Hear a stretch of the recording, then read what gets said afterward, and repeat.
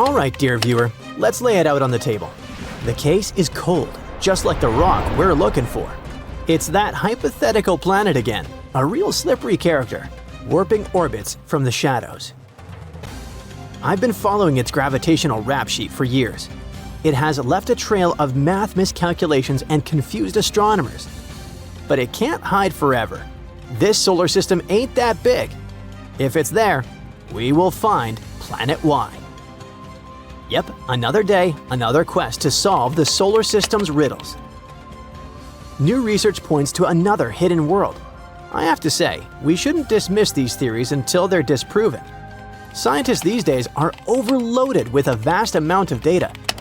Thankfully, they have supercomputers going through mountains of equations bound to give a headache to someone like me.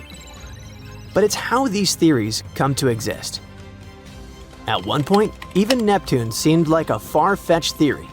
When Uranus was discovered in 1781 by William Herschel, for decades, it looked like the solar system's final stop.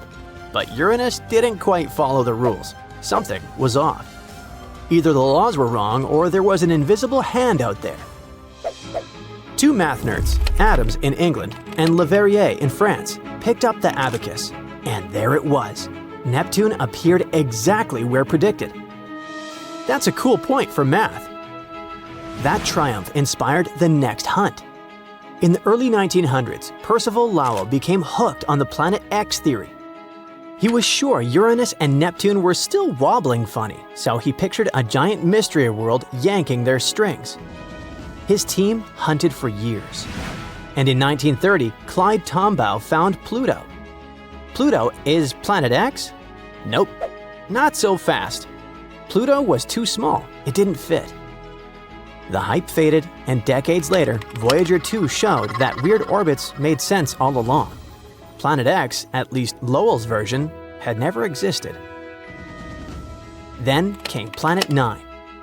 In 2016, researchers noticed that distant Kuiper Belt objects weren't scattered randomly. Their orbits clustered strangely, as if something was tugging them into line. They proposed a super-Earth, 5 to 10 times Earth's mass, orbiting hundreds of AU away. Simulations made it look convincing, but no one has seen it yet. A later discovery, a dwarf planet called 2017 OF201, made things even weirder. Some say it weakens the case for Planet 9. Others say it's more evidence. For now, Planet 9 is still a maybe. However, latest research points to another possible candidate, for now called Planet Y.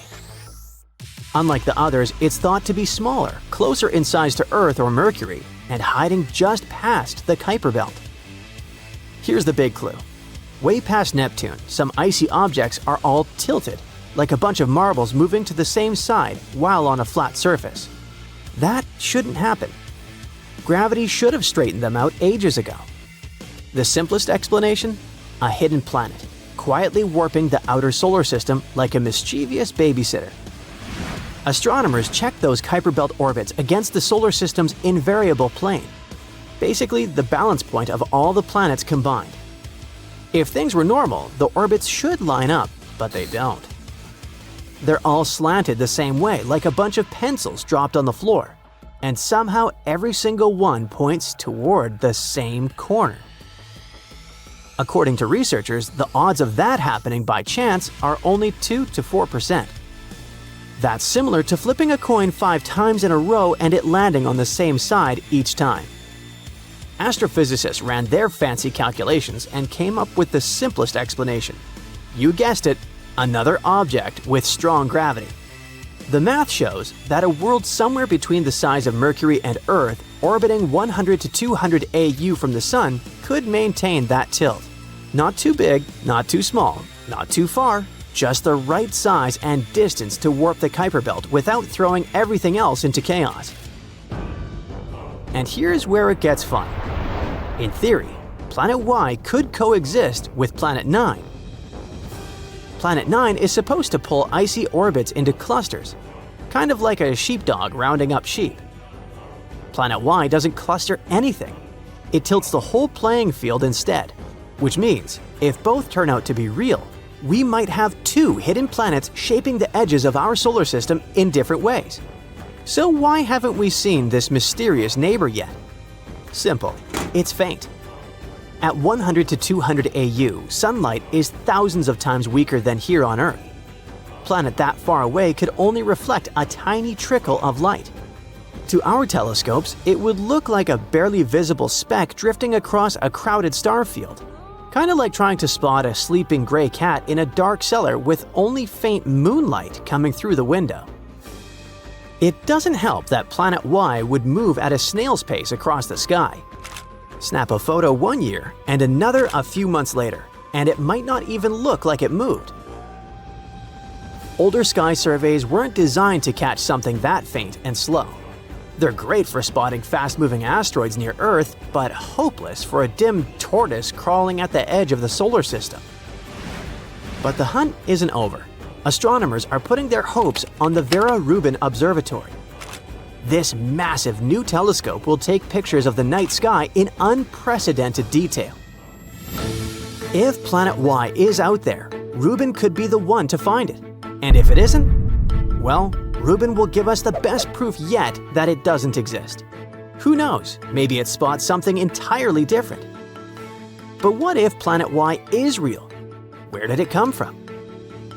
Perhaps it's a leftover chunk from the solar system's wild early years. Billions of years ago, when Jupiter, Saturn, Uranus, and Neptune were still migrating, massive chunks of rock and ice were flung around like cosmic bumper cars. Some merged to become the planets we know today.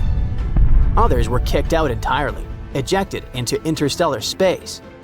Planet Y might be one of the lucky survivors, massive enough to hang on in a stable orbit at the fringes. Another possibility is way cooler. Maybe it's a rogue planet. Planet Y might just be the cosmic equivalent of an adopted kid or a wandering stray that found a home. So what would it mean if Planet Y was real? First, it would mean a lot of textbooks getting another edition. New picture books as well. It would also challenge how we think planets form. A Mercury to Earth mass that far doesn't fit the standard model of planets forming near the Sun and staying put. Either the early solar system was wild enough to fling it outward and still keep it bound, or it didn't start here at all and was captured later, stolen from another star. There's another angle. Comets. A planet out there could tug on icy bodies at the edge of the solar system, nudging some inward. Over time, that might even have helped deliver water and building blocks for life to Earth, but that's just speculation at this point. However, the biggest question of all would be, what else is out there? If a planet the size of Earth can still slip under our radar, then smaller worlds, icy dwarfs, and other mysteries could be waiting farther out. The Oort cloud might be home to things we haven't even dreamed of yet. Finding Planet Y wouldn't just add a planet, it would open a new chapter in exploring the solar system. So, here we are at the edge of the map, where the streetlights of our solar system flicker out. It's just another theory on top of a dusty desk. Another clue to chase down a dark universe. Some leads have gone cold and turned out to be ghosts. Others, still out there, waiting to be found. Planet Y? The case is still wide open, but one thing's for sure in our solar system. As long as the orbits keep wobbling and the cosmic rug stays wrinkled, astronomers, they'll keep looking. They'll never stop searching for the last planet hiding in the endless dark. Maybe it's just a matter of time. We will see. For thousands of years, people knew only about the planets Mercury, Venus, Mars, Jupiter, and Saturn, which they could see using simple telescopes, or even by the naked eye if conditions were good. But in the late 18th century, a famous astronomer named Sir William Herschel discovered a new planet that was icy blue in color. At first, people thought it was a star, but later they realized it was a planet. Today, we know it as Uranus, a planet that's more than 19 times farther away from the Sun than Earth. It's so far away that it takes Uranus 84 years to complete one trip around the Sun. This astronomer also discovered many other interesting things in space, like double stars and nebulae.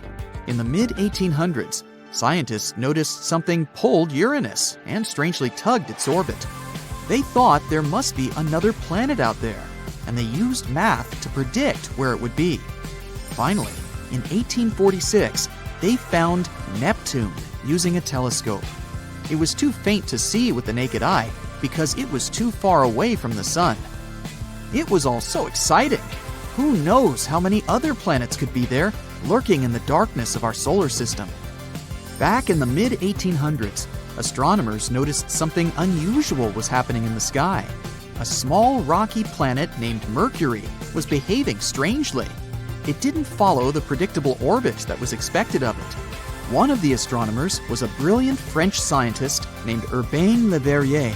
He came up with a theory that there could be another planet in our solar system no one had yet discovered. It would be located somewhere between Mercury and the Sun. This hypothetical planet, which he named Vulcan after the Roman god of fire, would have an incredibly hot surface, and it could be a potential explanation for Mercury's strange behavior. He never surely claimed Vulcan was really the one thing disturbing the orbit of Mercury. But, excited by the possibility of discovering a new planet, astronomers all over the world took the idea of Vulcan. For a planet that didn't exist, people committed to developing ideas and getting information about it.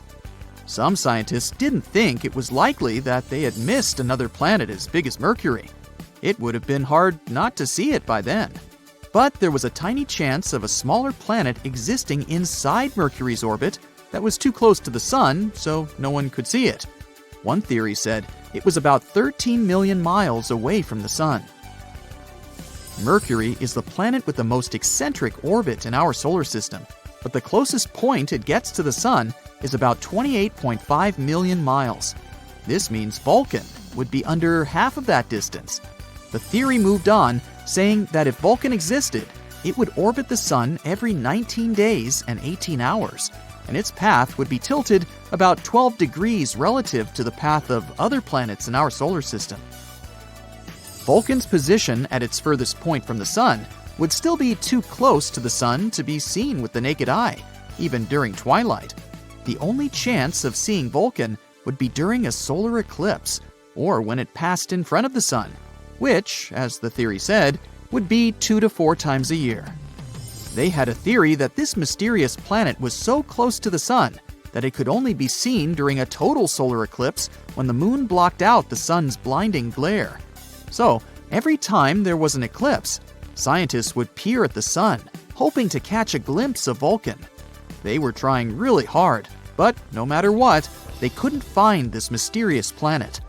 Some astronomers claimed to have spotted it during eclipses, but no one could ever confirm or find evidence for that. The theory of Vulcan was left waiting for some better times. Einstein had a different idea. You know about his theory of general relativity, right? That's where he claimed gravity wasn't some sort of natural force, but a result of space-time curved because of the presence of giant space objects, like planets and stars. Planets circle around the Sun in their usual orbit because space-time is curved.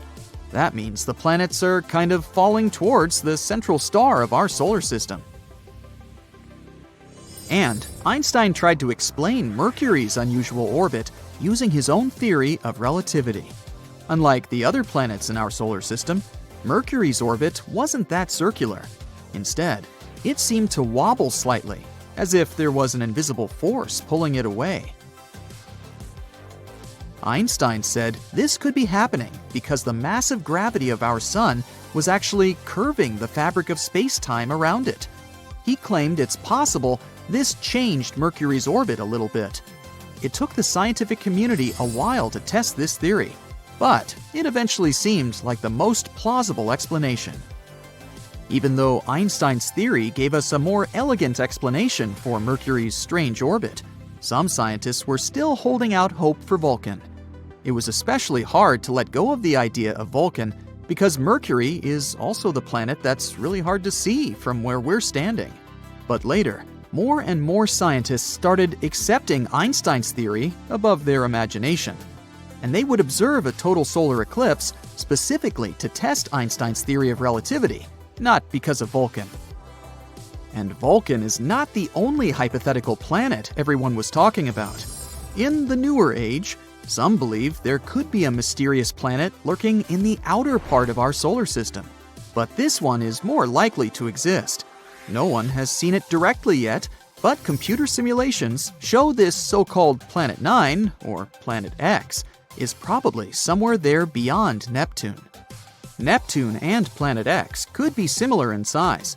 Planet X could be 10 times more massive than Earth and circles around our Sun in an elongated shape, which is on average 20 times farther from the Sun than Neptune. A year there may last between 10,000 to 20,000 Earth years. By comparison, a year on Neptune lasts 165 Earth years. Something this big moving out there beyond Neptune could explain the unusual orbits of smaller objects in the Kuiper Belt. The Kuiper Belt is the area of our solar system beyond Neptune and where it orbits. And there are most likely many asteroids, comets, and some other smaller bodies there, mostly made of ice. There was another hypothetical planet called Nibiru. Remember those rumors that the world could end back in 2012? One of the popular scenarios was Nibiru, which some claimed would hit our home planet at the end of the year. Of course, nothing happened. We're still here, all set and good, but the idea of Nibiru seemed interesting. Stories started in the 1970s when a man named Zecharia Sitchin mentioned Nibiru in his book, The 12th Planet, claiming it orbits the Sun every 3,600 years. But there's no chance a planet with such an eccentric orbit wouldn't disrupt other planets in our solar system with its gravity. And if it was really coming that close to Earth in 2012, we were supposed to be able to see it with the naked eye. Some simple calculations showed Nibiru would have been nearly as bright as Mars at its dimmest and brighter than the faintest stars you see from a city. Oh well, maybe we'll have more luck in the next 3,500 and something years. In 2011, a comet named Elenin appeared that many people thought could be Nibiru. But when you're looking at comets and planets through a telescope, you see they appear differently. A comet has a coma, which is a gas atmosphere, together with a tail, something a planet doesn't have. Plus, this comet didn't slam into the Earth. It came too close to our Sun and fell apart. The leftover pieces will continue moving on their way to the outer solar system for the next 12,000 years. So, Mars has several faces. No, really. Back in 1976, when the Viking 1 orbiter was checking out the red planet, it spotted something interesting, a big structure that looked like a human face. It was in the region called Cydonia. It soon became very popular. A bit later, we also discovered the so-called crown face in Libya Montes. Mars in general has a lot of strange structures on it. In 2022, we spotted a door-like structure there. NASA's Curiosity rover snapped some pictures of a rocky mound called East Cliffs on Mount Sharp. This mound has natural cracks in it, and one of them is about the size of a dog door, like something from an ancient Egyptian tomb. A lot of people hyped that story up.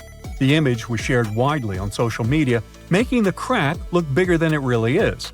Some people think that it's hinting at extraterrestrial life. But after looking closely, NASA found out that it was just a narrow crack in the rocky terrain. These cracks and gaps are pretty normal in rocky areas, both on Earth and Mars. The crack formed naturally over time, maybe from wind erosion or Mars quakes. Mars is a gold mine of mysterious structures. Recently, we found some strange spiral shapes there. These are giant coils made of lava, and they look like big springs or loops. For years, we weren't sure whether Martian valleys were formed by lava or ice. These lava coils are shedding light on that mystery. Now, thanks to high-resolution images from NASA's Mars Reconnaissance Orbiter, researchers have spotted 269 lava spirals that can't be explained by ice-related activities. What's fascinating is these lava coils are like the ones we see on Earth, like those formed by Hawaiian lava flows. These spirals are so well preserved that they were easily overlooked before. They range from 16 to almost 100 feet wide and are subtle, blending into the dusty Martian landscape. These coils can teach us a lot about Mars's composition, especially its crust and mantle. We still don't know much about those. But Mars isn't the only planet with strange structures on it. For example, Saturn, the gas giant of our solar system, has a fascinating feature at its north pole, a huge hexagon.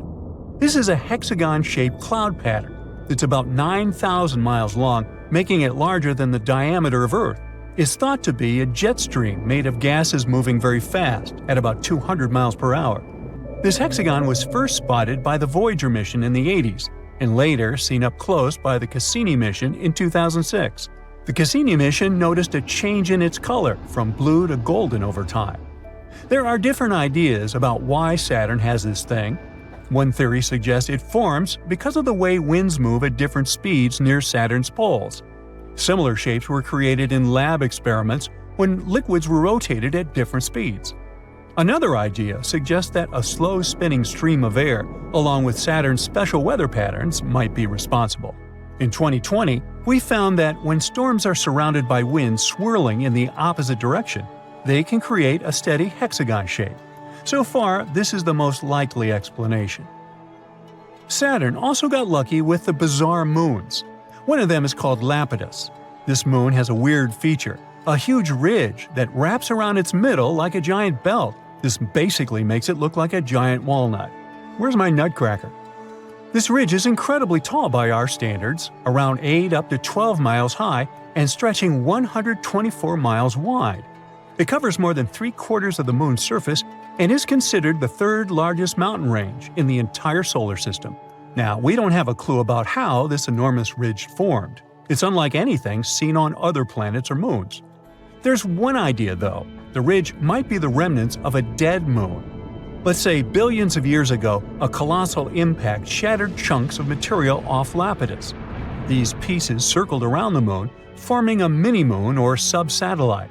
And over time, the gravitational pull of Lapidus tore this mini-moon apart, creating a ring of debris around it. As the debris from this ring fell back onto Lapidus, it built up the massive ridge we see today. They think this process happened quickly, maybe over centuries. Saturn's gravity didn't interfere because, luckily, Lapidus was quite far away from it. If Lapidus was closer to Saturn, its moon might have been pulled away. But we do need more simulations to see if this theory is true. Titan, another one of Saturn's moons, also has some weird stuff going on in its methane seas.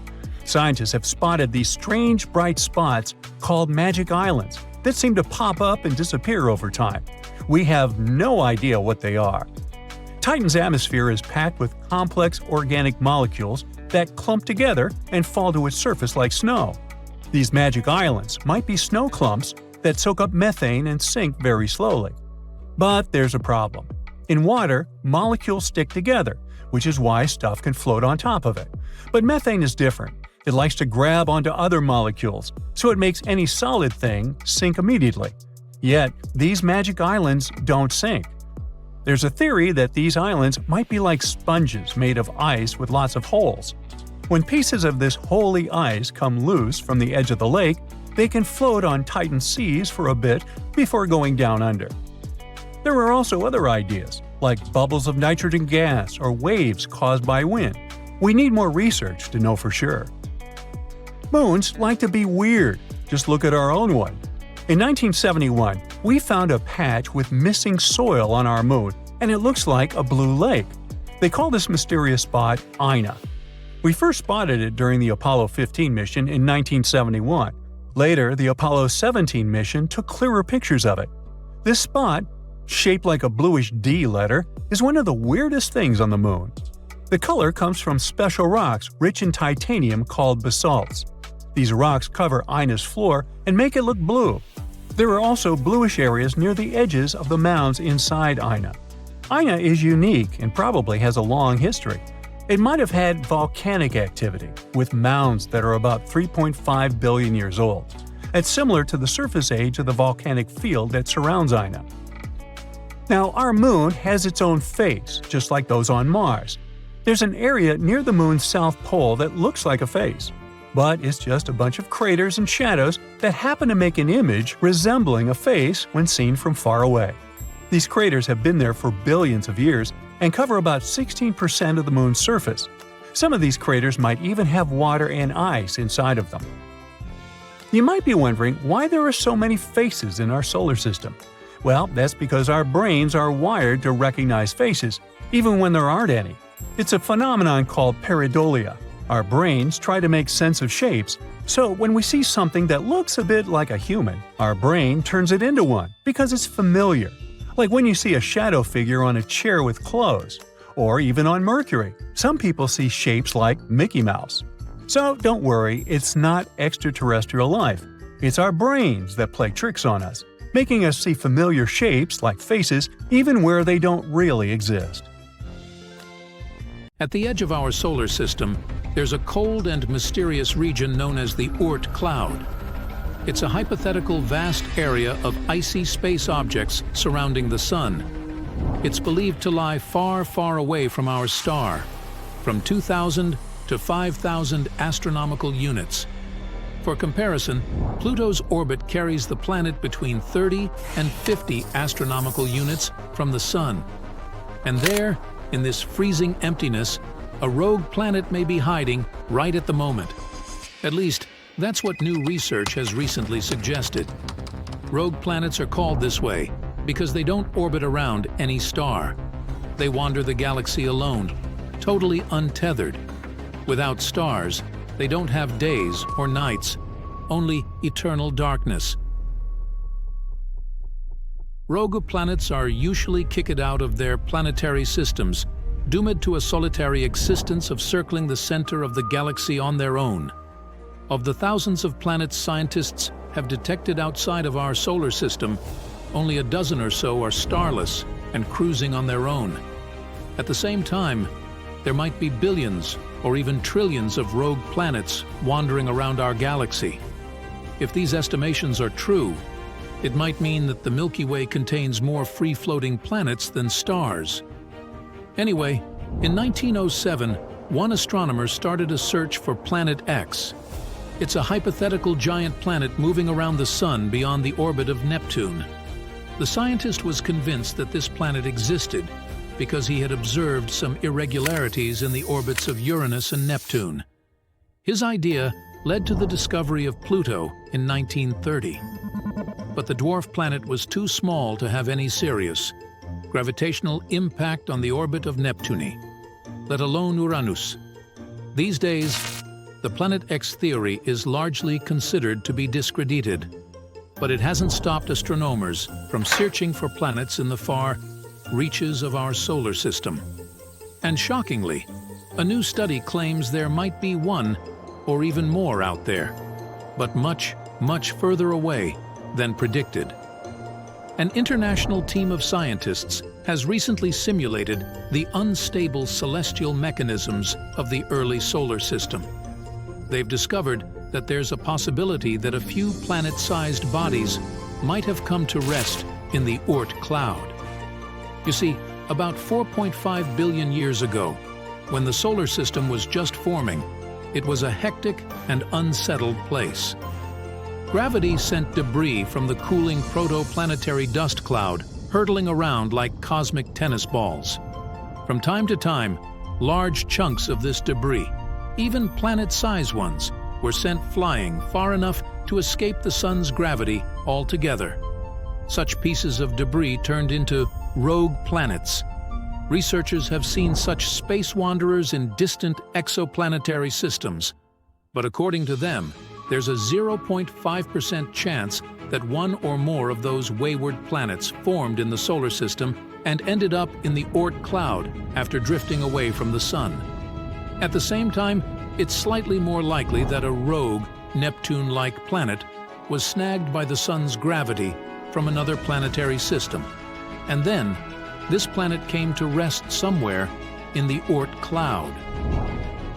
The chances that this scenario is true reach 7%. If this turns out to be the case, then a space body similar to Planet X might indeed be hiding out there, on the outskirts of our solar system. The only problem is that it would still be too far away to have any impact on Neptune's orbit. In any case, most researchers are convinced that the Oort cloud is made up of a collection of way smaller icy objects. But given the distance to the Oort cloud and its enormous size, we may never really figure out what is lurking out there. So, we might be getting closer to finding a massive icy planet beyond Neptune's orbit. Sorry Pluto, still not you. Recently, some universe mapping using data from a telescope in Hawaii eliminated about 78% of the possible locations for this mysterious Waldo from space. Some people call it Planet 9, while others prefer Planet X. Either way, it's been causing controversy since its existence was first proposed, and that is mainly because no study so far can answer the big question: does it really exist? If discovered, Planet 9 would rank as the 5th largest planet in our solar system, with a mass 10 times that of Earth. It's also theorized to be gaseous, like Uranus. The initial study on Planet 9, dating back to 2016, suggests that this colossal new planet orbits the Sun 29 times farther out than Neptune, which sits at about 2.8 billion miles. As a result, the Planet 9 would take between 10,000 and 20,000 years to complete a single orbit around the Sun. If confirmed, this yet-to-be-understood world would dominate a region larger than any other known planet in our cosmic neighborhood. These are all intriguing hypotheses, but without a single piece of evidence or observation to back them up. Before dismissing this as a wild guess, it is important to note that these researchers relied on complex mathematical modeling and computer simulations to speculate about the planet's characteristics, because that's what they do. The hypothetical presence of this planet would explain various mysterious features located beyond Neptune. We are specifically talking about the Kuiper Belt, a huge donut-shaped region filled with icy debris left over from the formation of the solar system, including comets and dwarf planets like Pluto. What happens is that the 6 farthest objects in the Kuiper Belt exhibit elliptical orbits that are all oriented in a similar direction within physical space and tilted approximately 30 degrees downward relative to the orbital plane of our 8 known planets. What's strange here is that, despite their distinct orbital velocities around the solar system, they maintain this alignment. The likelihood of such alignment occurring randomly is extremely low, around 0.007%. So, here comes Planet 9, a hypothetical massive celestial body that offers a plausible explanation for this strange phenomenon, potentially exerting gravitational influence to shape these orbits. The initial theory didn't hold up for long, facing accusations of observational bias and calculation errors. Then, in 2017, another study popped up, sparking back the idea that maybe Planet 9 is out there after all. This time, Spanish astronomers tried a novel approach, focusing on observing extreme trans-Neptunian objects. These celestial bodies orbit the Sun in highly stretched elliptical paths, with average distances exceeding 13 billion miles. The research suggests that the distances between these objects' nodes and the Sun might provide clues to Planet 9's location. You see, these nodes are the points where a celestial body's orbit intersects the solar system's plane. When these objects reach these points, they're more likely to interact with other solar system bodies, potentially causing significant changes in their orbits or even collisions. So, if the trajectory of these extreme trans-Neptunian objects remains stable, everything's fine. But if it's not, well, that's a sign that something else, something big, is messing with their path. And that's exactly what the research found. There is something unseen out there, throwing these objects off course. And that something could be a planet, chilling at a distance between 300 to 400 times farther from the Sun than Earth. To this day, the study of the extreme trans-Neptunian objects is the strongest evidence we've got for Planet 9's existence. And if you're still not convinced by this theory, know that strange motions like these have led to planetary discoveries before. Neptune, for instance, was spotted because Uranus's motion didn't quite agree with the predictions of Newtonian gravity. But the deflection of its orbit could be explained if it was caused by a pull of an undiscovered planet. And just like that, we discovered Neptune. Now, the year is 2021, and there's all this buzz about Planet 9 again. After correcting some old guesses, studies are now leaning towards the idea that this mystery world follows an epic loop around the Sun every 7,000 years. That is massive news, because it means this planet might be closer than we ever thought, making it easier for our telescopes to spot it. The paper also suggests there is a whopping 99% chance that the funky orbits of these distant objects are all because of this unseen planet, not just some cosmic coincidence. Now, the odds of this whole situation being a fluke are down to a 1 in 250 chance, which is much better than the 1 in 10,000 chance back in 2016. All these optimistic numbers have brought us to where we are today, keeping our hopes and working on better equipment to continue the mission of spotting Planet 9. As mentioned earlier, researchers in Hawaii created some kind of treasure map utilizing the Panoramic Survey Telescope and Rapid Response System to eliminate 78% of its locations. This is great news, considering how challenging it is to find a planet-sized needle in a cosmic haystack. But unfortunately, Planet 9's presence remains a ghost in the dark outer reaches of our solar system. Enthusiasts are still convinced of its existence and believe it is only a matter of time before we celebrate the discovery of Earth's new cosmic cousin. They're putting their hopes on the Vera Rubin Observatory, which is currently under construction in Chile and is scheduled to begin science operations in late 2025. Over the course of 10 years, this observatory will scan the entire southern hemisphere sky every few nights with a 27-foot, fast-moving telescope equipped with the largest digital camera in the world. The idea is to catalog everything in the solar system, reaching out to and beyond Neptune, and tracking the movements of millions of celestial objects, including space junk, asteroids, comets, and stars. If Planet 9 is indeed out there, this next-generation telescope could be the one to find it. The existence of this mysterious planet is far from being universally accepted in the scientific community. That is simply because Planet 9 isn't the only explanation for the strange phenomenon occurring beyond Neptune. One theory suggests that a group of distant objects, such as dwarf planets, comets, and moons, might be collectively influencing the orbits of the extreme trans-Neptunian objects. Others believe that a black hole is behind all this. These compressed masses are some of the densest objects in the universe, potentially capable of affecting the orbits of other masses, like how this supposed ghost Planet 9 is believed to be doing. Another bold perspective suggests that our current understanding of the laws of gravity is flawed, actually incomplete. This theory, known as modified Newtonian dynamics, proposes that these distant icy objects exhibit strange behavior not due to influence from another planet, but rather because the immense gravitational field of the Milky Way is influencing them.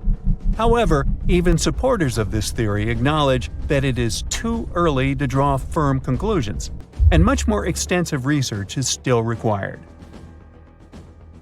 While we continue our relentless hunt for Planet 9, some astronomers have taken it a step further, suggesting the existence of a hypothetical Planet 10. This world has a mass and size like that of Mars or Earth and is located on the edges of the Kuiper Belt. But the thing is, if this alleged Planet 10 is indeed as small as scientists believe, it might not have enough gravity to clear its orbit of debris. And that is pretty similar to what happens with Pluto, being one of the reasons why it got into trouble back in 2006. So yeah, it's better not to get too excited. This supposed Planet 10 might end up classified as another dwarf planet. Also, Sagittarius A star doesn't seem to have a very good appetite. It's been observed to be pretty quiet lately, which is good news for us. But even if it were super greedy, it wouldn't pose any threat to us. This black hole is over 26,000 light-years away. From Earth, we can see it in the Sagittarius constellation. In 2022, the Event Horizon Telescope collaboration released the first ever image of Sagittarius A star. It took years of collaboration and technology to capture this stunning image. And this is our second photo of a black hole in history. The first one was released in 2019, and it showed the supermassive black hole called M87 star. Yes, they both have star in their names. Don't try to make it make sense.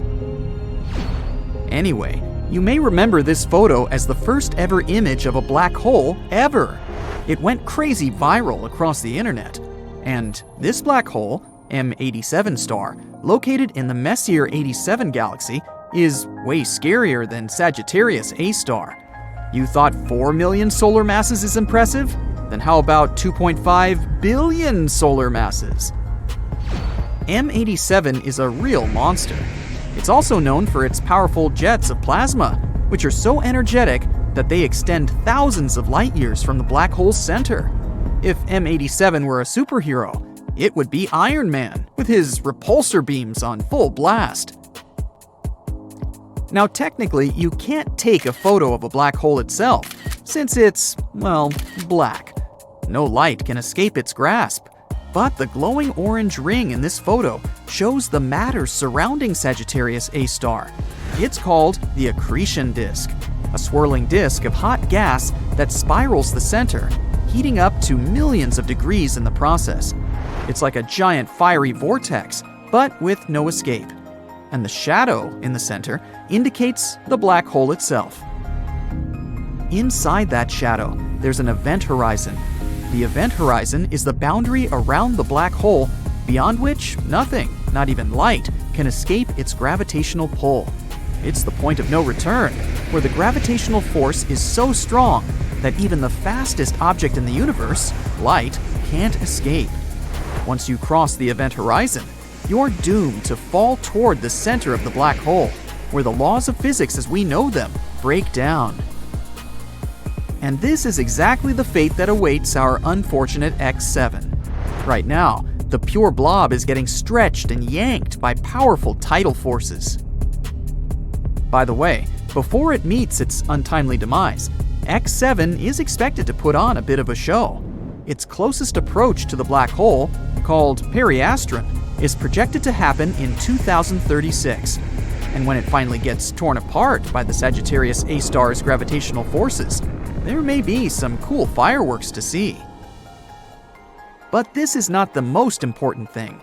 The funny part is, X7's future end may help us finally understand what the heck even is this thing. A team of scientists have been studying how a strange blob orbits the black hole. And that's when they discovered that X7 has stretched to almost twice its initial length. And what does that mean? Well, it suggests that X7 is most likely made of debris ejected during a recent collision between two stars. Yep, you heard that right, a space car crash. Imagine this. Two stars fall in love and start circling each other for many years. After that, they finally merge together. At this moment, they eject tons of gas and dust. And perhaps this cosmic dance created our blob baby, X7. It's basically like the crumbs left on the table after a giant space feast. Something like this is actually pretty common, especially around black holes. It's like a galactic fender bender that sends debris flying everywhere. Actually, the universe is full of mystery blobs.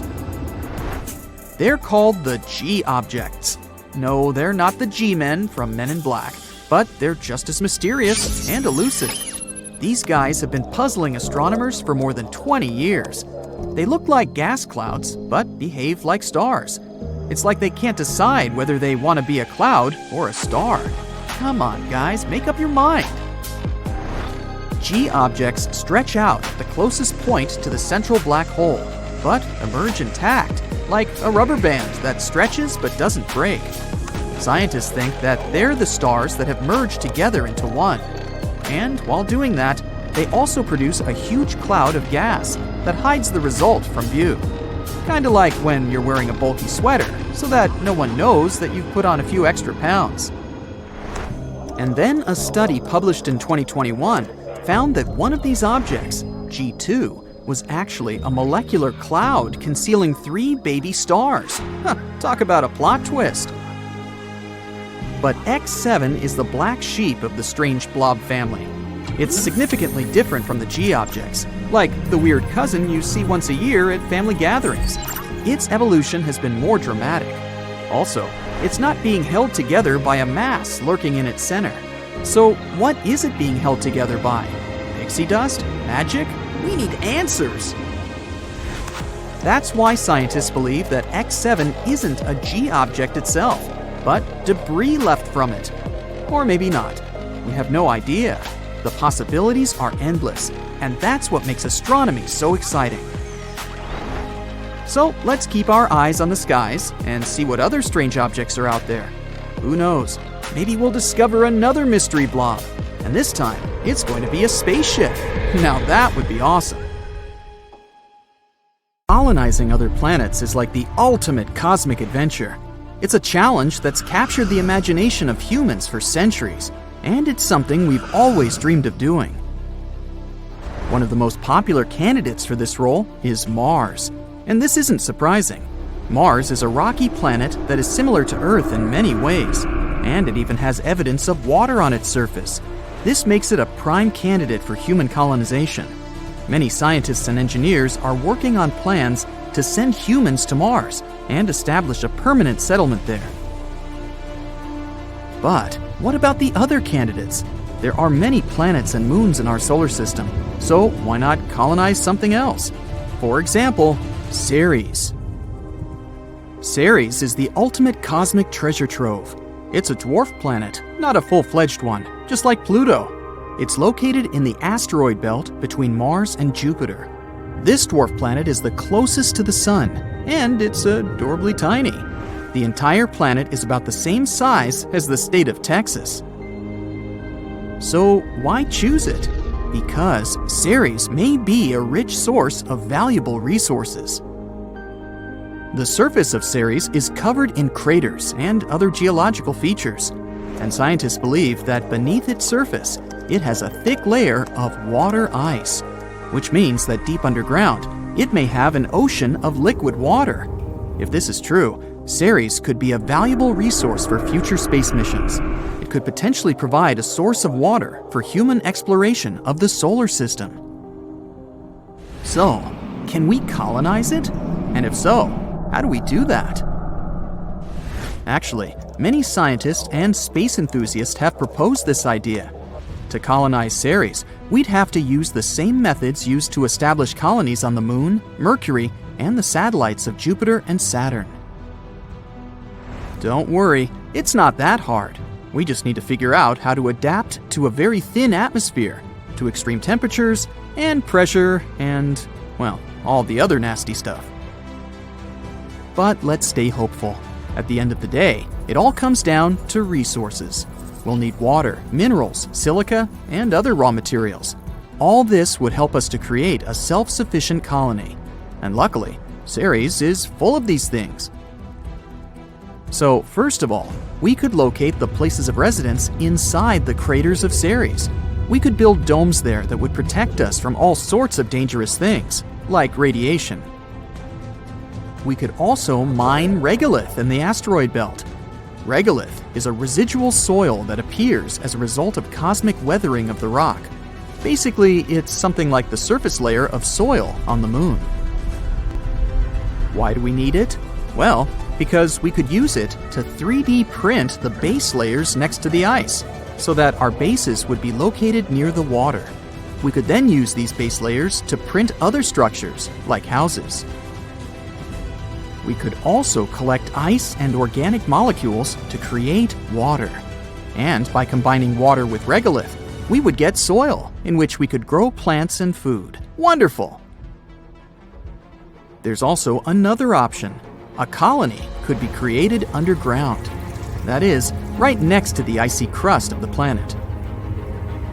Now, if in the future we'll be some kind of super cool scientists, we could try to accelerate the rotation of Ceres, which sounds crazy, but would be pretty beneficial. it would help us to create artificial gravity inside the underground colonies. And speaking of gravity, all of these things may sound cool, but let's discuss the difficulties that lie ahead of us during colonization. To colonize Ceres, we would need to overcome a number of challenges. To begin with, we need to develop technologies that will help us even get to Ceres. We need some kind of ships that would be capable of long flights into deep space. For them, first we need to create some kind of nuclear thermal or nuclear electric traction, and maybe an even more advanced type of fuel. Then we'll also need technology to help us sustain life in this small rocky world. That is, tools to extract and use local resources. Also, since there's no atmosphere on Ceres, we would have to wear spacesuits and live in pressurized habitats. And this is only the beginning. Living on the planet itself won't be an easy task either. For example, what about extreme temperatures, or radiation, or the mentioned incredibly weak gravity? The latter is definitely one of the biggest problems. The gravity of Ceres is only 3% of the Earth's. You wouldn't want to accidentally fly into outer space while playing football, would you? But the fact that any jump could send you on an endless journey isn't the only problem. Even if you somehow stay on the surface of the planet, you'll experience the same symptoms and problems as astronauts who hang out on the International Space Station. For example, loss of muscle mass, decrease in bone density, deterioration of vision, problems with the cardiovascular system. Wow, who would have thought that gravity is so important? So therefore, if we wanted to survive on Ceres, we would need either a bunch of doctors or some kind of artificial gravity. And don't even get me started on how low gravity will slow down production and work. And of course, we can't go anywhere without discussing money. Colonizing Ceres would cost us a huge expense, especially taking into account all of the above. And yet, despite all these things, Ceres still stays one of the best candidates for colonization. For example, Ceres contains lots of methane and ammonia. They can be used as a manufactured fuel or a nitrogenous gas. Or you can just mine it there in order to colonize Mars and Venus. Even low gravity has its advantages. Thanks to it, it will be very easy to launch spacecraft from Ceres. We'll waste much less fuel, which means that transportation from Ceres to other planets would be much cheaper and more efficient. So, even if Ceres doesn't become our permanent residence, it can become a good transport hub, something like a spaceport.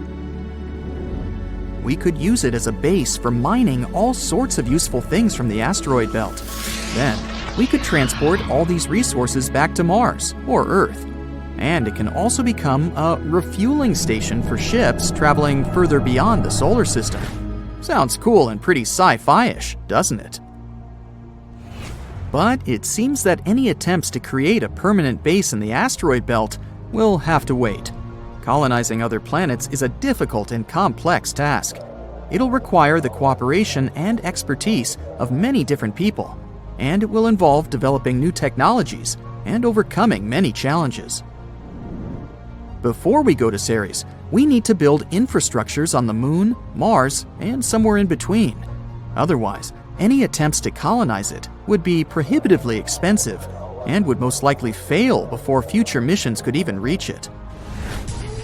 But the more colonies we create, the more likely it is that sooner or later we'll build another one on Ceres. This would not only open the asteroid belt to economic exploitation, it would also serve as a stepping stone to the outer solar system. This, in turn, could lead to colonizing the moons of Jupiter and beyond. In other words, the rewards of colonizing Ceres could be great.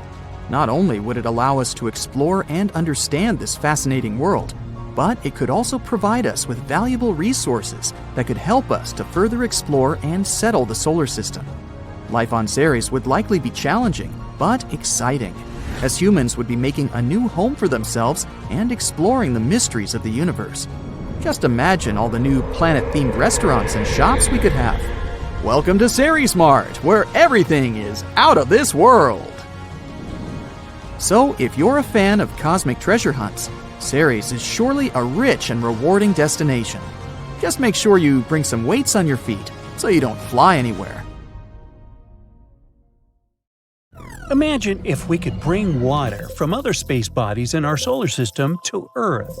We know that each planet and even moons in our system have their own unique flavor of water. So what would happen if we drained them all? Let's see. First up, we have Mars. The red planet might not have beach resorts like Earth, but it's got something special: frozen water. Up at the tippy top and down at the bottom of Mars, there are these awesome icy hats called polar ice caps. The northern cap is made of water and carbon dioxide. The southern cap is a bit fancier because it's mostly made of water ice. If Mars had its own polar bears, they would feel right at home there. In the winter, it gets even bigger as more stuff freezes onto it. And during Mars's summertime, these ice caps get a bit smaller, with some ice turning into gas. And don't forget about the frozen water hiding in the ground. Mars might look all rocky and dusty, but it's also got pockets of frozen water beneath the surface. So what if we took all this frozen Martian water and poured it onto Earth?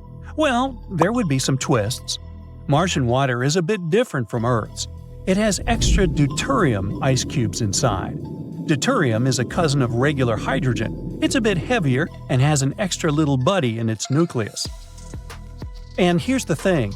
Earth life, including plants, animals, and aquatic critters, has evolved to love our hydrogen-rich water. Martian water's extra deuterium might be like giving them a different kind of drink they're not used to. Plants might change and start behaving in unexpected ways, as well as animals and fish. Plants might find Martian water a bit heavy to sip, like drinking a super thick milkshake instead of a refreshing smoothie. Some might grow taller and stronger, while others might need a bit of time to get used to the new taste. As for animals, things get a bit more mysterious here. The effects would vary and depend on many factors. They might start behaving differently, eating different things in different amounts, becoming less or more energetic, and so on. High deuterium water might also influence the growth and development of animals, and they could catch many different infections and diseases.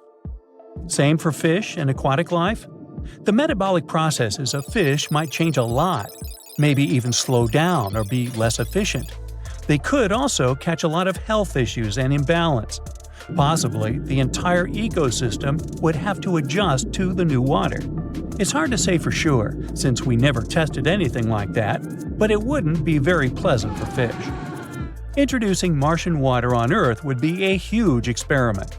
Our Earth is a delicate dance of ecosystems, so it would be like throwing a ball into a well-organized anthill. But Mars isn't the only celestial body in our solar system that has water. We also found some on the planet's moons.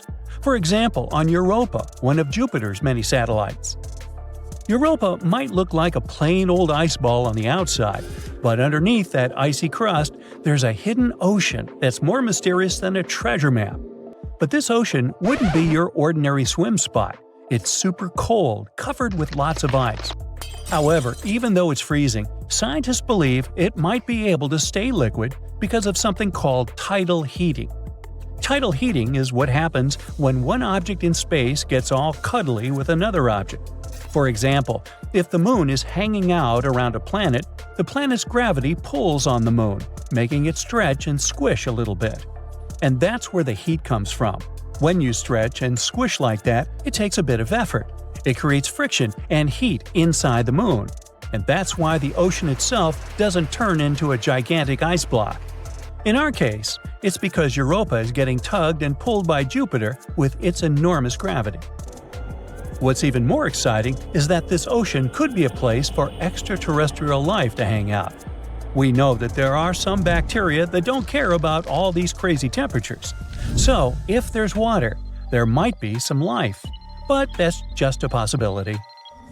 Another moon with a cold ocean is Enceladus, one of Saturn's satellites. This little moon is impressive. It got a dazzling icy outfit that reflects sunlight like a space disco ball. Now, imagine you're walking on Enceladus, and suddenly, whoosh! Water vapors shoot out of the ground like a geyser at a water park. These icy geysers are like nature's super soakers, and they're shooting water and ice crystals way up high into space. Some of them make a beautiful ring around Saturn called the E-ring, like a shiny bracelet made of frozen water. And we found more than 100 of them on Enceladus. You might be wondering, where's all this water coming from? Well, just like with Europa, beneath Enceladus's icy crust, there's a hidden ocean. This ocean is so deep that you could stack a bunch of skyscrapers on top of each other and it still wouldn't reach the bottom. Anyway, let's go back to our wild idea, bringing water from the secret oceans of Europa and Enceladus right here to Earth. If we did that, we would create some chaos. These extraterrestrial waters have their own unique flavors incompatible with our oceans. Europa's ocean water could be a bit salty with extra minerals, like a fancy spa water that's great for your skin. Enceladus's geyser water could be super sparkly, with some salt as well. That doesn't sound too bad, right? However, we're still not sure what else might be in that water. So, just like with Martian water, our marine life might start doing the water cha-cha with these new ingredients. Some species might find the new waters extra tasty and thrive, while others could have a much less pleasant time. Before we know the effects for sure, we need to study both moons in more detail. But all these celestial bodies have Earth-like water. What about, for example, another Saturn moon, Titan? Titan is a whole new world of seas and lakes, but not the kind you'd find on Earth. These lakes are filled with ethane and methane. They're made of hydrocarbons, like the stuff in your car's gas tank. Yes, exactly. These lakes are precious pools of fuel. And Titan's got way more of this fuel than Earth has oil and gas combined. They could also have a pinch of propane, and even a sprinkle of other things like hydrogen cyanide. Not a cocktail you'd want to drink. And they're also incredibly cold. Rain made of ethylene may erode the land and create underground caves. Oh, and Titan's lakes could have bubbles. It's like bubbles in your drink, but on a whole moon-sized level. These bubbles might be filled with nitrogen gas, and they could burst out like fireworks in the lakes. And when the bubbles pop, they might shape Titan's river deltas. As you can imagine, it's not the best liquid to bring to Earth. Our lakes and oceans would turn into exotic pools of hydrocarbons.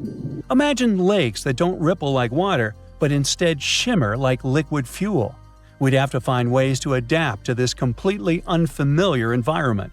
Also, the hydrocarbons in Titan's lakes could solidify and turn into ice under Earth's different conditions. Imagine seeing chunks of icebergs floating on what used to be our oceans. Our boats might have to be redesigned to navigate through these icebergs. Also, rain wouldn't be water, and the winds would be much stronger than we're used to.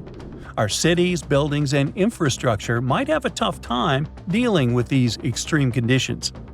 Not to mention the fact that this entire operation would really disrupt our ecosystems. What would happen to them is very unpredictable, but it wouldn't be good. We must remember, Earth's been perfecting its water mix for billions of years. Playing around with that mix could be like playing with a volcano. So let's appreciate and treasure our perfect Earth with its perfect water. I'll drink to that. Our universe is full of both amazing and terrifying things. You already know about quasars, black holes, dark matter, and so on. But how about the horrors of space that you haven't even heard of? Would you like to visit the most bizarre worlds in the universe? And it's not me who made this list, but NASA themselves. Welcome to the Galaxy of Horrors, NASA's awesome Halloween collection. Please join me on a journey to some planets and tell me which ones you would consider the most horrible. Buckle up! Our first destination is a gas giant called TRES 2b. It's located 750 light-years away from us. If we used a regular spaceship, it would take us about 10 million years to get there. TRES 2b orbits a yellow dwarf, a star similar to our Sun. It also weighs about 1.5 times more than Jupiter. So, what's so special about it? Well, if you're afraid of the dark, you definitely don't want to visit this place. It's the planet of eternal night, the darkest one of all the planets known to us. But it's not that far from its star, so why is that? The thing is, the surface of TRES 2b reflects light even worse than coal does. Because of this, it seems that there's no light at all.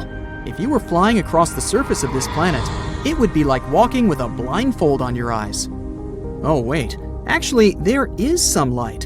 An eerie deep red glow surrounds the surface of the planet. This glow is created by the burning atmosphere, which makes TRES 2b a scorching planet. The air there is even hotter than lava.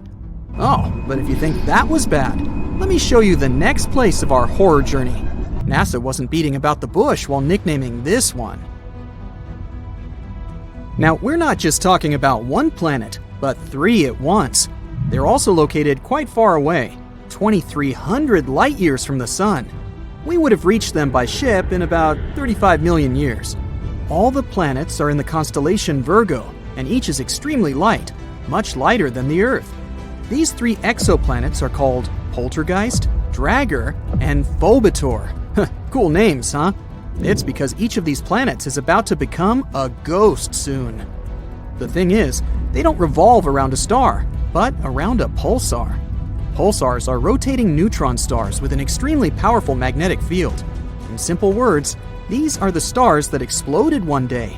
After the explosion, they usually emit such a powerful pulse that it causes the star to rotate at an unimaginable speed, several thousand rotations per second.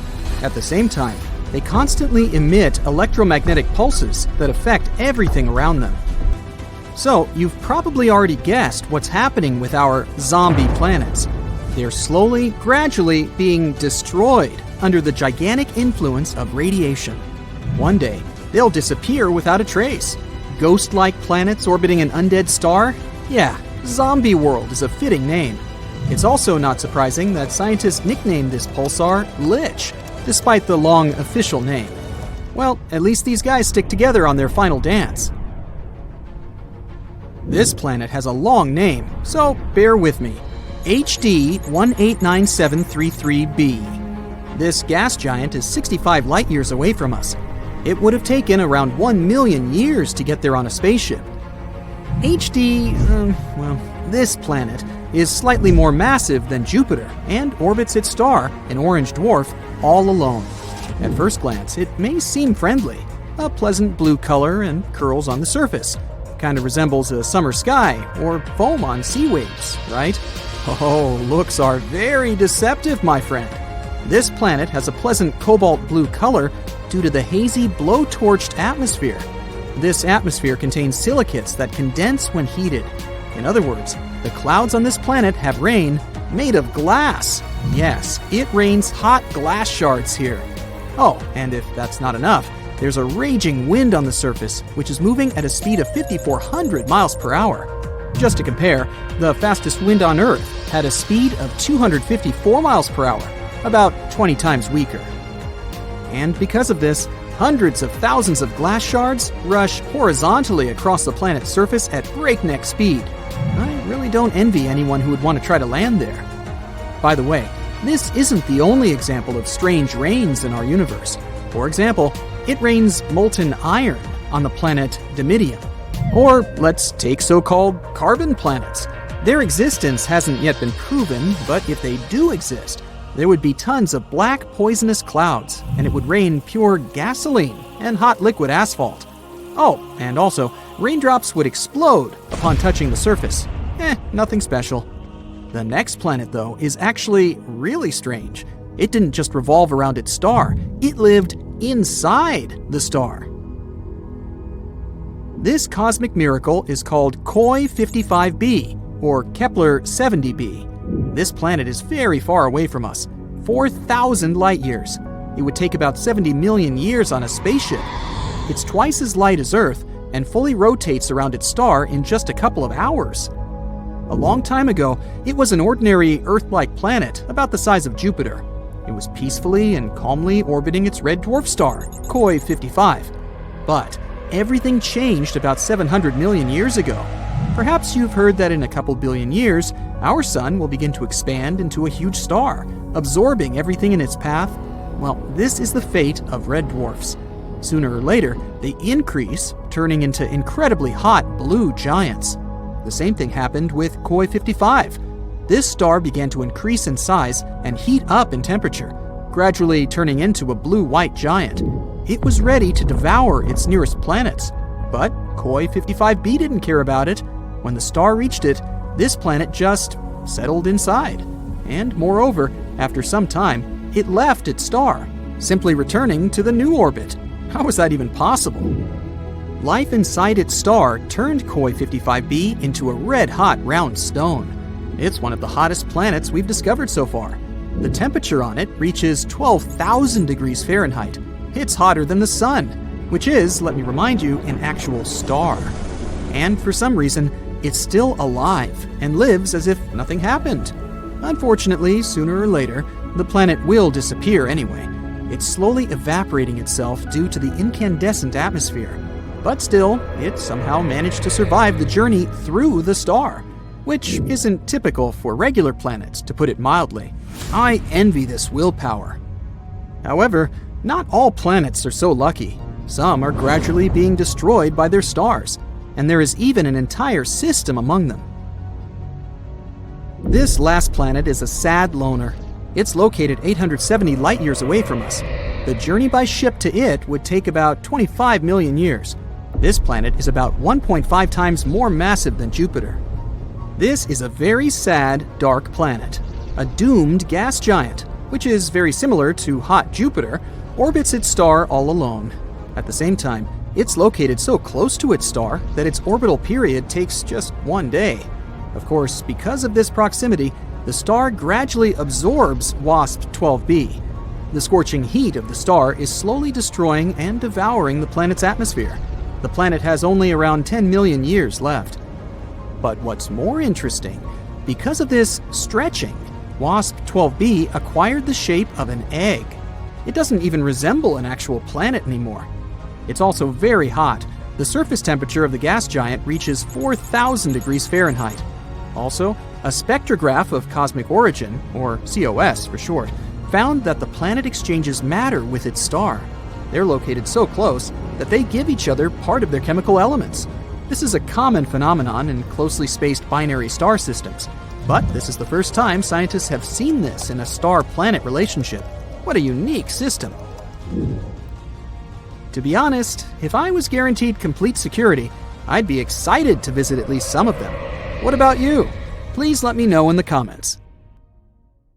TRES-2b, or not to be, is a planet where night never ends.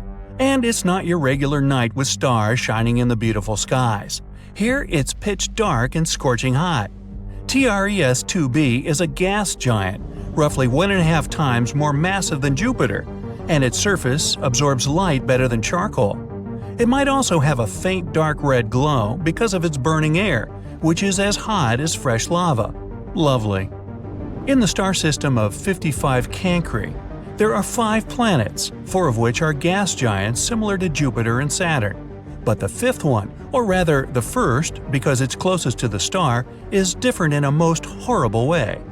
55 Cancri e is so close to its sun that half the planet's surface is a literal ocean of molten lava. The other half is in eternal darkness because it never sees the sun. The planet is always turned to its star on one side. And between the scorching and the dark, there's the twilight zone, a thin strip of gloomy nothingness. That's a getaway spot. HD 189377b, well, I'm not going to say that again, is the only exoplanet in the orbit of its star. And at first glance, it looks quite pretty, blue and white swirls making up wondrous patterns on the surface. But these pleasant colors actually come from hard silicate particles in the planet's atmosphere, which means it rains glass here. But the worst is that winds reach the speed of 5,400 miles per hour, or almost Mach 7. Well, for comparison, the fastest wind speed on Earth was 254 miles per hour, over 20 times less. Thus, the glass falling from the sky travels horizontally at hypersonic speeds, shredding everything in its path. Better duck. The next system, whose name I won't even try to pronounce, this one, has 3 exoplanets, which are all being slowly destroyed by their own star. It happens because that star is not a regular. It's a pulsar, a rapidly spinning core of an exploded star. It creates powerful electromagnetic pulses in several directions while rotating at several thousand times per second. As a result, the planets orbiting this deceased star are slowly being eaten away and will eventually disappear entirely. Kepler-70, hey, I can say that one, is a hot blue dwarf star that exploded into a red giant some 18 million years ago. At the time, it was orbited by at least 2 planets, the closer of which was a Jupiter-like gas giant. Its name was Kepler-70b, and it still exists, but the overgrown star consumed it and transformed it into a blazing hot rocky world. Right now, it's one of the hottest planets ever discovered. Its temperature is higher than the surface of our Sun. It was lucky to survive spending time inside the star, but it's evaporating now and will probably be no more in the near future. WASP-12b is one of the weirdest and saddest planets out there. The enormous gravity of its star, combined with the planets consisting mostly of gas, result in the star slowly devouring its protege. So pal, what's eating you? My mother. WASP-12b has already taken the form of an egg, stretched toward its merciless sun, and it's unable to do anything with its condition. In another 10 million years, the planet will inevitably succumb to the voracious star's appetite. Hey, you asked. If you ever wondered what it's like to walk on ice and hot coals at the same time, Gliese 436b is a planet that would give you a vivid example. Being extremely close to its sun, the Neptune-sized exoplanet boasts temperatures hotter than a blazing oven, and yet it's covered in ice, which burns incessantly. This ice is much denser due to the enormous gravity of the planet, staying solid even under extreme conditions and not melting away. No list of frightening worlds could do without mentioning Venus, the Earth's evil twin. The second planet from the Sun has an atmosphere so thick and full of clouds that its surface is much hotter than that of Mercury. Volcanic eruptions constantly thrash Venus. Its gravity is almost 100 times stronger than ours, and those clouds I mentioned are not made of water but of sulfuric acid, which condenses and rains down on the ground, adding to the inferno. But even if you were brave, or crazy, enough to try to pass through these clouds, you probably couldn't. The winds up there are as strong as some of the most powerful hurricanes back on Earth. Here we have a very long name for a very, very cold planet. Although the host star is not too far away, it's a small and rather cool red dwarf, whose light and heat barely even reach the planet. The temperatures out there fall as low as minus 370 degrees, which is only marginally warmer than absolute zero.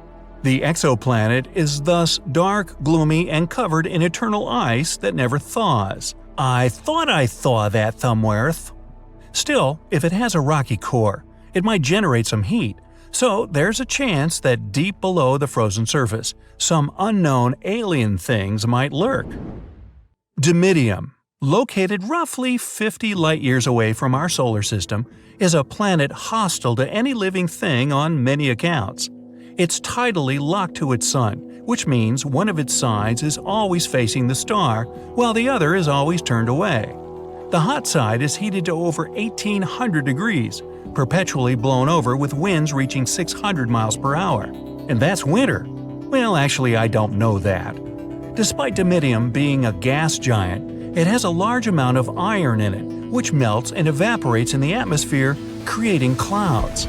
And when those cool down, they fall on the surface in the infernal rain of molten iron. That'll test your mettle. Oxygen is usually viewed as an element that might bring life to a planet, but this is definitely not the case for Osiris.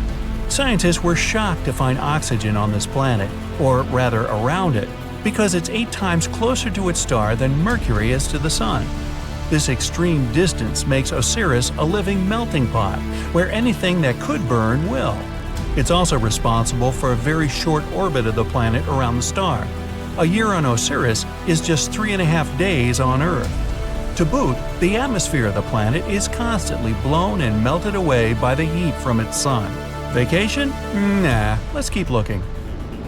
Carrot XO 3b is neither as hot nor as cold as some of the others on this list, but it's terrifying in its own more insidious way. It's a gas giant similar in size to Jupiter, yet 20 times denser. This makes this exoplanet's gravity weigh down on everything on its surface 50 times more than it would on Earth. Stepping on it would be your ultimate doom, because you'd be immediately crushed by the density of its atmosphere. Carrot 7b is another oven-like world. Its day-to-day temperature is over 4,000 degrees. Combined with the rocky surface, it presents an infernal landscape. The rocks on the ground bubble and boil, evaporating in the atmosphere, where they cool down and eventually fall back on the surface in a brimstone rain. The saddest thing about Carrot 7b is that it might have once been a gas giant whose atmosphere melted away from the heat, leaving only the scorched core. In a star system far, far away, to be more precise, 2,600 light-years away, there's an exoplanet called Kepler 1658b. It's a gas giant that resembles our Jupiter. But what differentiates it from Jupiter is that this poor planet is doomed. It's spiraling toward its parent star, which will eventually end in a fiery collision. But the most interesting thing? Astronomers would have remained totally ignorant of this fact if not for a tiny clue. It was a really minuscule change in the planet's orbit. It wouldn't have been noticed if astronomers hadn't compared more than a decade of data received by different telescopes. More precisely, scientists have been watching the exo-Jupiter pass between our planet and its parent star once every 2 weeks for the last 13 years. And they've noticed that the orbit of the planet is getting smaller and smaller. Every year, Kepler 1658b needs 131 milliseconds less to complete a lap around its star. If this tendency continues, the planet is bound to collide with its star in 2.5 million years. Even before this discovery, computer models predicted that some planets could meet their end by crashing into their stars. But this is the first time when astronomers have some real proof of such an outcome by measuring almost imperceptible changes in a planet's orbit. They now know for sure what happens when a planet is going to crash into its star, even though we probably won't be around to witness it. But let me tell you a bit more about the doomed planet. It was discovered by NASA's now retired Kepler Space Telescope. It was launched in 2009, and its mission was to find planets orbiting other stars, aka exoplanets. And the very first exoplanet the telescope spotted was the very gas giant we've been talking about. But it took astronomers about a decade to confirm that this space object was indeed an exoplanet. This world is like a denser version of Jupiter. I mean, take 6 Jupiters worth of material, roll it into a ball about 1.1 times as wide, and voila! The planet is tidally locked to its parent star, which means that it makes one complete turn every time it finishes a lap around the star. As a result, the same side of the gas giant is always facing the star. It's the same as what happens to the Moon. Our natural satellite is tidally locked to Earth. That's why we only see half its surface. Now, what is making the exo-Jupiter fall into its star? The same process that is pushing the Moon away from Earth. When a moon orbits a planet, or a planet orbits a star, their gravity forces interact and tug on the other's mass. That's what causes tides on Earth. This tugging releases some energy. It can make an object speed up and slow down. In the first case, a space body will move higher. In the second, it will start moving lower. And this is exactly what's happening to the gas giant. Its parent star is 1.5 times the mass of the Sun. So, no wonder its tidal forces are gradually slowing down the planet's movement, making it fall inward. This all sounds kind of tragic, but this potential collision is by far not the weirdest thing happening in space. Let's look at some others. For example, Betelgeuse, a red giant in the Orion constellation, started to dim in 2019. This confused astronomers. By that time, the star had already swollen to enormous proportions. If it was to replace our Sun, its outer surface would spread far beyond Jupiter's orbit. And then Betelgeuse became dimmer in the fall of 2019. This process continued through February 2020. The changes could be seen with the unaided eye. No wonder. the star's brightness had dipped by 2/3. At that time, astronomers were sure Betelgeuse was about to explode into a supernova. They continued to observe the star, but unexpectedly, it returned to its regular brightness. Thanks to the Hubble Space Telescope, scientists figured out that the star had ejected some of its material, and this partially blocked its light. How about cotton candy exoplanets? Those are particular planets outside of our solar system. Also called superpuffs, they have the lowest density ever discovered. This gives them an airy, fluffy appearance. But despite looking like the most popular amusement park treat, such planets are enormous. Come to think of it, scientists often discover strange things in space. Some of them look like blurry blobs. But there's one type of these blobs that doesn't look like any other known space body. The odd radio circles are only visible in radio telescopes. They might be the remains of supernovae, but some astronomers go as far as to claim that they might be the throats of wormholes. Those are hypothetical tunnels between two very distant points in space. The Juno mission noticed something weird in the upper atmosphere of Jupiter. The unusual phenomenon was blue sprites and elves twirling above the planet's surface. These are two kinds of bright flashes of light that appear for short periods of time, mere milliseconds. They extend up and down toward the surface of the planet. On Earth, such flashes usually happen at the height of 60 miles above massive thunderstorms. Rogue planets don't orbit their stars, maybe because they don't have any. These free-floating space bodies travel across the universe and can end up literally anywhere. They're also pretty hard to find. Rogue planets produce only weak emissions, but not so long ago, astronomers spotted the smallest rogue planet in the Milky Way. It's smaller than Earth, but a bit bigger than Mars. Fast radio bursts are blindingly bright bursts of radio waves. They pack as much energy as our sun produces in days, but last mere milliseconds. Most of these fast radio bursts come from far, far beyond the Milky Way. But recently, astronomers have detected some originating in our home galaxy, and their source is a magnetar just 30,000 light-years away from our planet. If it does exist, nuclear pasta is the strongest material in the entire universe. Formed from the leftovers of extinguished stars, this substance gets squeezed into spaghetti-like tangles of material. It can break, but only if you apply 10 billion times the pressure needed to shatter steel. Not so long ago, scientists discovered that one of the most massive stars in the neighborhood had just disappeared. It was a star 75 million light-years away from Earth. Normally, it'd be too far away for astronomers to clearly see individual stars, but only unless they're huge. And the star we're talking about was enormous. It was shining 2.5 million times brighter than the sun. For the last time, astronomers saw the star in 2011. They decided to examine it more closely several years later, but it was already too late. The star had vanished. Such massive stars usually go out in extremely bright supernovae, but astronomers noticed nothing like that in this case. There's a theory that the star collapsed into a black hole without triggering a supernova first. It does occur among stars approaching the end of their lives, but very, very rarely. There are black holes, and there might be mini black holes, even though their existence hasn't been proven yet. Unlike their massive siblings, hypothetical mini black holes could be really tiny, not bigger than an atom. Their mass can vary, but just one minuscule thing might have the mass of 1,000 sedans. One theory claims that tons of micro black holes could have been created right after the Big Bang and the beginning of the universe. Some scientists even go as far as to say that a couple of mini black holes pass through our planet every day.